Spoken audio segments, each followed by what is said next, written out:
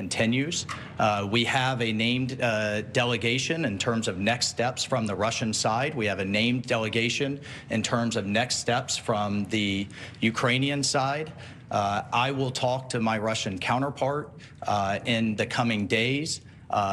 Secretary Rubio will be with G7 foreign ministers in the next couple of days. We have the NATO Secretary General in the White House on Thursday, and we'll take the process forward from there. So, as a result of that, and I think as a result of this positive step forward, the president has decided to lift the pause on aid and on our security assistance to Ukraine going forward, and that's effective immediately.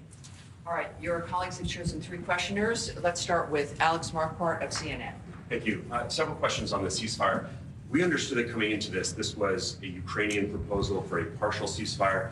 How did this become an American proposal for an immediate 30-day ceasefire? And to be clear, you're talking about a complete ceasefire across the front line, not just the aerial and maritime ceasefire that the Ukrainians proposed. And then finally, how do you expect to take this to the Russians? Is it Mr. Witkoff, who we understand is heading to Moscow later this week? Will he deliver that to Putin? Will it be President Trump to President Putin? Will it be you and your counterparts? How will that actually happen and when? Well, on the first point, your question is yes. That's the offer. The offer is to stop the shooting.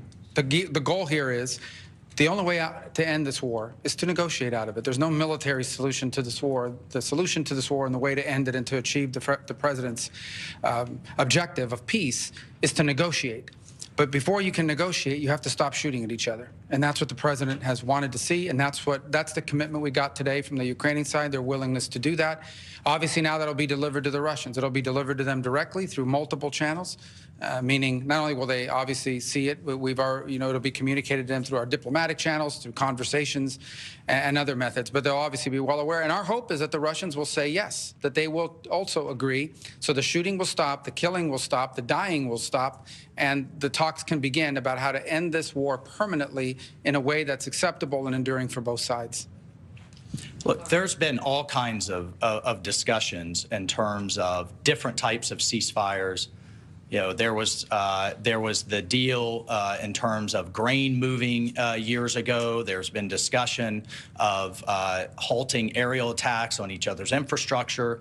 The president has made it clear and certainly made it clear to us that all fighting needs to stop. And the Ukrainians have agreed to that proposal. They're ready for peace. And now we'll take that to the Russians and get their response.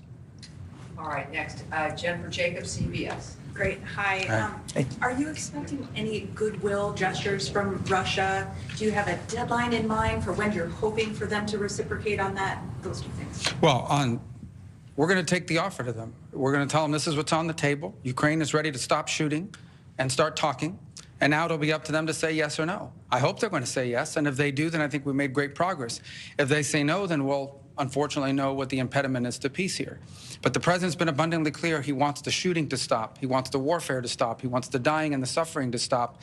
And he believes, and rightfully so. All right, so we're bringing you some breaking news here coming out of Jeddah in Saudi Arabia, who you're seeing here on the screen. Marco Rubio there speaking right now. He is the top diplomat. The U.S. Secretary of State beside him is Mike Waltz. Waltz is the national security advisor to President Trump. Here's what's going on. The Americans meeting with Ukrainians in Saudi Arabia about a possible ceasefire. And as you can see here with our breaking news banner on the screen, Ukraine has agreed to a 30-day ceasefire. The question is now, will the Russians agree to a 30-day ceasefire as well?